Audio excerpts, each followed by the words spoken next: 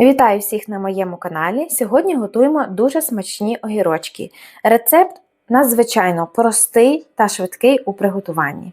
З доступних інгредієнтів основними є огірочки, кетчуп, можна брати лагідний, можна до шашличку, який ви більше полюбляєте, буде смачно і з тим, і з тим. І, звісно ж, пікантна гірчиця. Готуйте, не пошкодуєте, це дуже смачно. Отож, розпочинаємо. Перед приготуванням огірки обов'язково миємо і заливаємо холодною водою на 1-2 годинки. Далі нарізаємо невеличкими частинками. Огірок приблизно на 3-4 частинки розрізаю. Все залежить від його розміру. Ви можете вже коригувати за своїм смаком, в будь-якому випадку буде дуже смачно. Не пошкодуєте, що приготували саме за цим рецептом. Такі огірочки розлітаються просто вмить. Готуємо маринад. В каструлю до кетчупу всипаємо цукор, сіль, вливаємо олію соняшникову без запаху та додаємо гірчицю в зернах. Перемішуємо все гарненько, ставимо на вогонь, доводимо до кипіння і кип'ятимо 1-2 хвилинки. Минуло 2 хвилинки після закипіння, вкидаємо огірочки.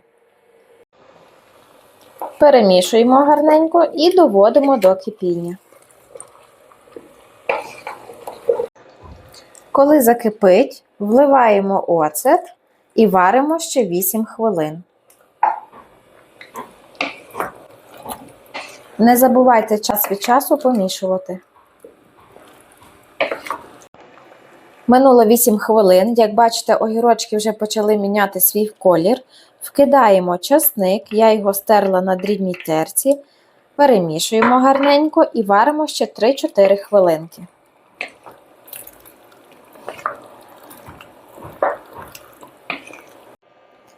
Тепер робимо вогонь мінімальний і наповнюємо стерилізовані баночки. Спочатку я буду трішечки лити рідини на ложку, щоб банка не тріснула.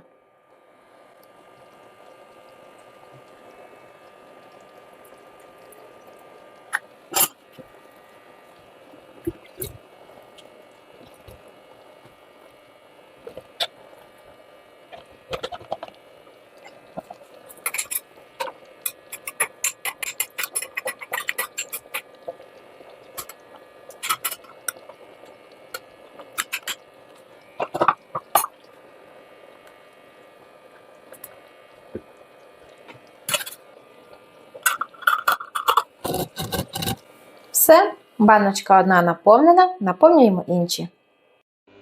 З цієї порції в мене виходить 6 баночок по 720 мл. А тепер обов'язково поставте вподобайку за такий чудовий смачний рецепт. Накриваємо чимось тепленьким і залишаємо, щоб вони повністю охололи до ранку. Заносимо в холодне місце, там же їх і зберігаємо. Дякую всім за перегляд, обов'язково приготуйте цю смакоту. І до нових зустрічей на моєму каналі.